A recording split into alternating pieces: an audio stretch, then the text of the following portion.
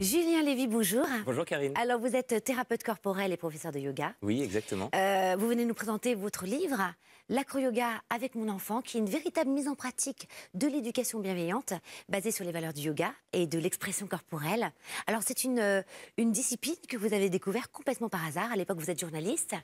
Vous allez tester un cours de yoga pour écrire un article. Vous n'allez plus jamais arrêter. Vous allez ressentir que vos douleurs de dos s'estompent. Même les médecins s'étonnent de voir votre santé s'améliorer, alors que vous avez quand même une vertèbre qui est cassée depuis l'adolescence. Oui, ça, exactement. Hein, été découvert quand j'avais 8 ans. Ouais. Alors, vous allez, pendant des années, vraiment vivre cette initiation. Et quelques années plus tard, vous allez rencontrer une nouvelle forme de yoga qui est l'acro-yoga. Racontez-nous, qu'est-ce que c'est? C'est une forme de yoga qui met en relation, en fait. Quand on pratique le yoga sur son tapis, on est en relation avec soi. Donc c'est déjà une très bonne chose. Ça nous met en relation avec nous-mêmes. Cette union, cette connexion à soi. Et dans l'acro-yoga, on entre en relation avec l'autre, en plus de cette relation à soi. Et dans la vie quotidienne, en fait, on est en relation en permanence, les uns avec les autres. Et cet acro-yoga mélange le yoga, mélange des acrobaties qui sont accessibles à tous et le massage. Alors, vous commencez votre livre en citant un proverbe qui dit on ne peut donner que deux choses à un enfant, des racines et des ailes, ce que j'ai trouvé vraiment très beau. Alors, en quoi le yoga, l'acro-yoga, peut être un tremplin pour l'envol d'un enfant? Eh bien, donner les racines, c'est donner les fondations, en fait, à son enfant. Donc, c'est lui transmettre des valeurs, finalement, des valeurs qui vont lui permettre de mener sa vie. C'est ça de devenir droit? Alors, de devenir, en tout cas, celui ou celle qu'il est.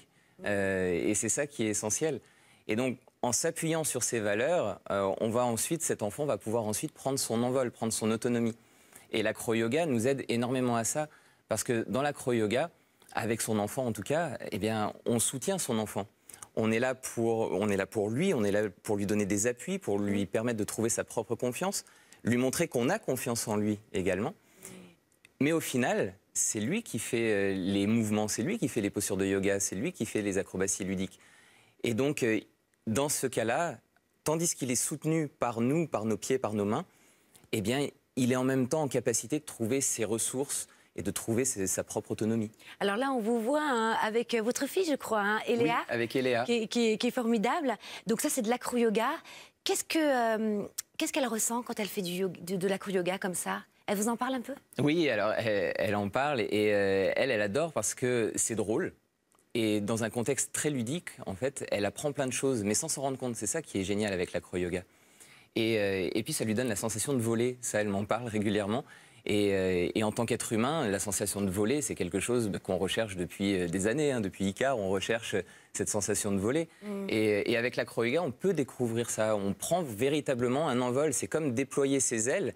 Et ensuite, on met un petit peu ce que l'on veut dans ses ailes. Ça peut être de l'amour, ça peut être de la confiance. On peut mettre ça, mais on peut mettre aussi de la communication. On peut mettre de la coopération, beaucoup de complicité. C'est vraiment une mise en pratique de valeurs de l'éducation bienveillante, de cette nouvelle forme de parentalité. Où le parent finalement même soutient dans la forme son enfant.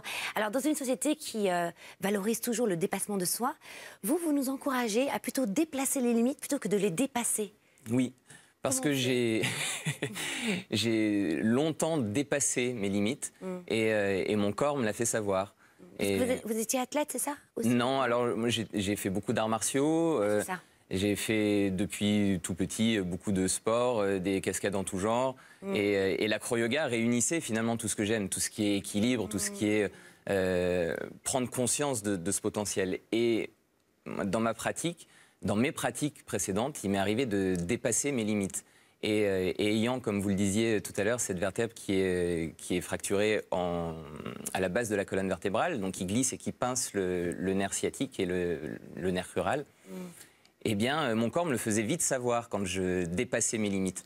Et le yoga et l'acro-yoga m'ont appris à déplacer mes limites. Imaginez un grand champ dans lequel il y a un enclos, vous avez des barrières comme ça. Et puis, à un moment donné, vous vous sentez un petit peu à l'étroit. Et vous voulez élargir un petit peu votre espace. Et vous savez qu'il y a de l'espace autour. Eh bien, vous avez plusieurs solutions. L'une d'elles, ça va être de sauter par-dessus cette barrière.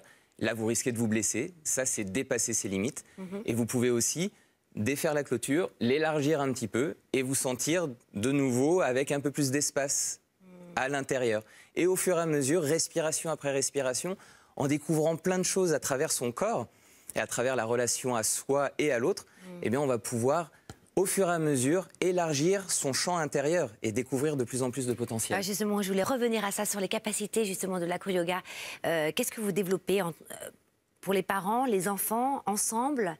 Quelles sont les capacités que vous développez? Alors, on va commencer par le physique, c'est ce qu'on sent le plus, c'est notre matière. Donc, dans notre physique, c'est impressionnant, hein, c'est formidable. On va sentir son corps, on va sentir par exemple son corps qui est en inversion. Donc quand on est en inversion, on voit le monde complètement à l'envers, on a des changements de repères et il se passe plein de choses dans notre corps. Il y a énormément de bienfaits à la fois pour les organes internes, pour le cœur, pour le cerveau. C'est extraordinaire d'être en inversion.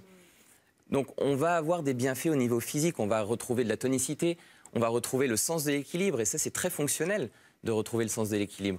C'est fonctionnel dans son corps mais c'est aussi fonctionnel dans son esprit. Parce que tout ce qui se passe au niveau du corps, ça se joue après au niveau du mental. Et donc j'en viens à toutes les qualités qu'on va pouvoir développer au niveau mental également.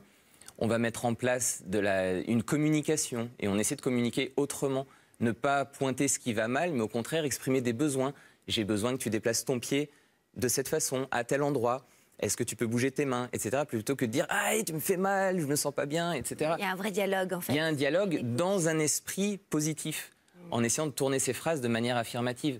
Il y a une écoute également qui se met en place, et vraiment une écoute subtile. Et ça, c'est très très important également à développer avec son enfant, parce que quand notre enfant rentre de l'école et qu'il a des choses à nous raconter sur sa journée qui sont soit bien, soit moins bien passées, cette écoute et pouvoir être dans l'empathie, de pouvoir être avec l'enfant, on ne va pas résoudre pour lui, mais juste cette présence va l'aider, lui, à dépasser tout ce qui est là, à aller au-delà de ses émotions. Ce que j'ai vraiment adoré dans votre livre, c'est qu'on retrouvera des fiches techniques très explicites pour tester certaines postures de l'acro-yoga. C'est sans risque, parce que là, vous êtes quand même professeur de yoga. Votre fille a quand même l'habitude et se sent rassurée avec vous. Est-ce que pour ceux qui nous écoutent, qui aimeraient tester, même ce week-end avec leurs enfants, juste avec votre livre, il n'y a aucun risque à deux? Alors, c'est une pratique corporelle. Donc, il y a potentiellement un risque. Ça veut dire que tout est fait, et ça fait partie aussi du lien entre l'acro-yoga et l'éducation bienveillante, c'est-à-dire qu'on pose un cadre. Et on pose un cadre de sécurité à la base.